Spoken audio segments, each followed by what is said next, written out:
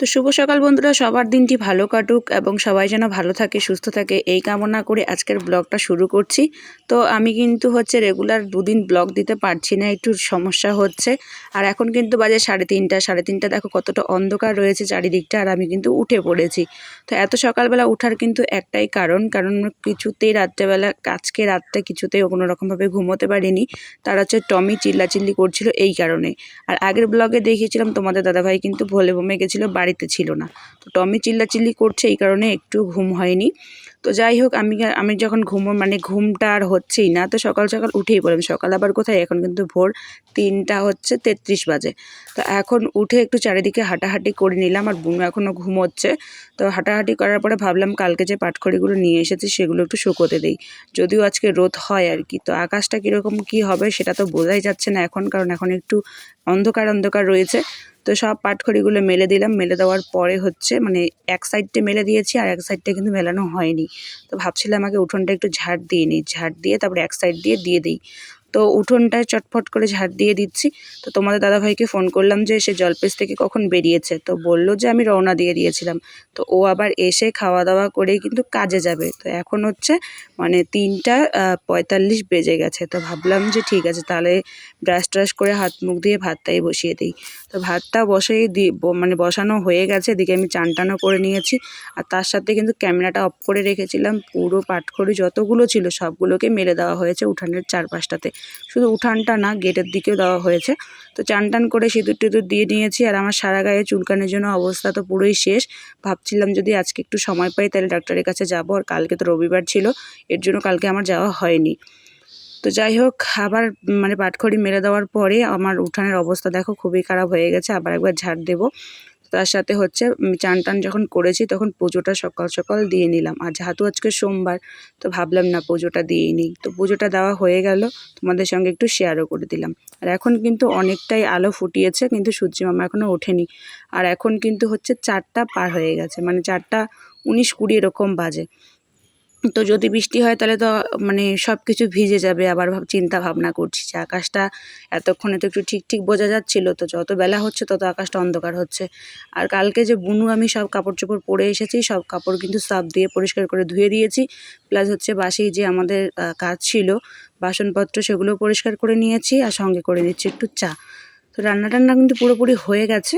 আর এখন আমি আর বুনু মিলে দুজনে চা খেয়ে নেবো। বুনুকেও ডাক দিলাম, ও উঠেছে। ও উঠে আমার একটু শোয়ার ঘরটা ঝাড় দিয়ে নিচ্ছে আর কি। তো বন্ধুরা, বলতে বলতে কিন্তু তোমাদের দাদাভাইও এসে হাজির হয়ে গেছে কিছুক্ষণের মধ্যেই। আর এখন কিন্তু বাজে 5:13। তো 5:13 ও বাড়ি এসেছে, আর আমার কিন্তু পুরোপুরি কাজ হয়ে গেছে।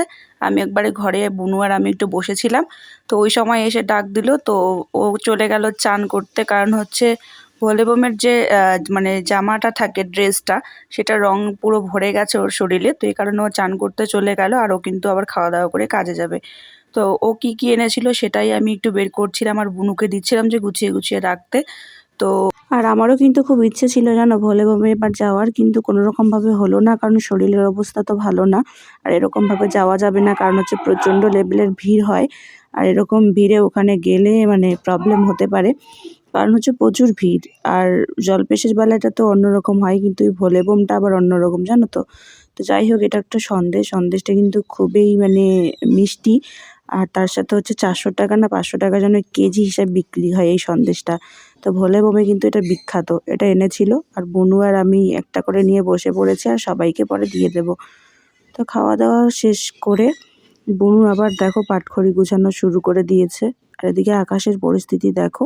আর আমি কিন্তু সব কাপড় ধুয়ে দিয়েছিলাম, যেটা তোমাদেরকে শেয়ার করেছি। আর কালকে আমি বাড়ির থেকে কিন্তু ফুল গাছ টুল গাছ যত কিছু ছিল নিয়ে এসেছি। তো যাই হোক বন্ধুরা, আমরা কিন্তু অনেক ভয়ে ভয়ে পাটখড়ি টাটখড়ি সব মেলে দিয়েছিলাম। আবার আকাশটা অন্ধকার করেছিল, আবার সব কটা পাটখড়ি ঢুকিয়েছিলাম।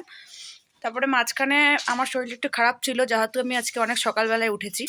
তো যাই হোক, আমি কখন যে ঘুমিয়ে পড়েছিলাম নিজেও জানি না, ওই 12টা নাগাদ হবে। 1:30টার দিকে টের পেয়ে উঠে দেখি যে আকাশে এতটাই রৌদ্র হয়েছে, ঘরের মধ্যে থাকাও যাচ্ছে না। তারপরে দেখি যে বুনু আবার সব পাটখড়ি মেলে দিয়েছে কিছু কিছু, আর রান্নাটা ও কমপ্লিট করে নিয়েছে, দুপুরের রান্নাটা। তো তোমাদের দাদাভাই মাছ এনেছিল। আর এখন আমি এখন বাজে 4:30। এখন আমি রাতের বেলার রান্নাটা এখনই করে রাখছি, কারণ তোমরা তো জানো কম বেশি যে আমি রাতের বেলা রান্নাটা একটু তাড়াতাড়ি করে রাখি, যাতে রাতে একটু রেস্ট পাওয়া যায়। আর বুনু কি করছে সেটা তোমাদের সঙ্গে শেয়ার করছি, চলো দেখো।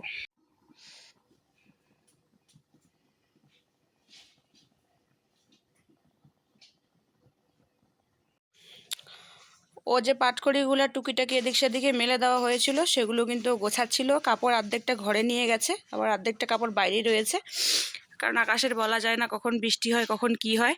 আর তোমাদের দাদাভাই বাগানে গেল, বাগানে একটা গাছ মানে পড়েছে, সেই গাছটাকে কাটতে গেল। তো আমি এদিকে রান্নাটাও কিন্তু চাপিয়ে দিয়েছি। আর শরীরটা এমনিতে তো চুলকানি, তার মধ্যে আবার গলা ব্যথা হচ্ছে। গলা ব্যথা তো হচ্ছে হোক, গলাটা যে পেঁচিয়ে রাখবো তাও কোনো মানে উপায় নেই, কারণ হচ্ছে প্রচণ্ড লেভেলের গরমও লাগছে। আর ফ্যানের হাওয়া খাওয়া যাচ্ছে না, ঠান্ডা জলও খাওয়া যাচ্ছে না, গলা ব্যথাটা বেশি করে হচ্ছে। তো কি আর করব, কিছু করার নেই, ঠান্ডা গরম এক চলতেছে, এরকমটা হবেই। তো পুরো ভিডিওটা তোমরা দেখো, অনেক কিছু বুঝতে পারবে এবং জানতে পারবে, অনেক কিছু তোমাদের সঙ্গে শেয়ার করার আছে। তো সন্ধ্যাবেলা হচ্ছে তোমাদের দাদাভাই যা যা এনেছিল, মানে ওখানকার একটা পাতলা কাগজের মতো চিড়ে হয়, আর খুব বড় দেখতে হয় চিড়েটা, কিন্তু একদম হালকা, জানো তো, কাগজের মতন। ভিজালে তো কোনো কিছু অস্তিত্ব পাওয়াই যাবে না এটার। তো এই চিড়ে আর হচ্ছে যে ঝুড়ি টুড়ি এনেছিল সেগুলো নিয়ে নিয়েছি বুনু আর আমি সন্ধ্যায়, নিয়ে একটু চা করে বসে পড়েছি। আর এদিকে দেখো কারেন্ট নেই, আর এদিকে কতটা বৃষ্টি পড়ছে দেখেছো, মানে বৃষ্টিটা এমন জোরে পড়ছে কোনো কিছু শোনাও যাচ্ছে না, আর কারেন্টও নেই, অন্ধকার। তো এই কারণে আমি আর রাত্রেবেলায় কিন্তু ভিডিওটা কন্টিনিউ করিনি, এখানেই বন্ধ করে দিয়েছি, কারণ কারেন্ট না থাকলে কী করে ভিডিও করব। আর তার মধ্যে তোমাদের দাদাভাইয়ের বাড়িতে ছিল না, বুনু আর আমিই ছিলাম। তো এর জন্য দরজা টরজা বন্ধ করে রেখে দিয়েছে। বৃষ্টিটা দেখো কতটা পড়ছে, মানে কি বলবো আর।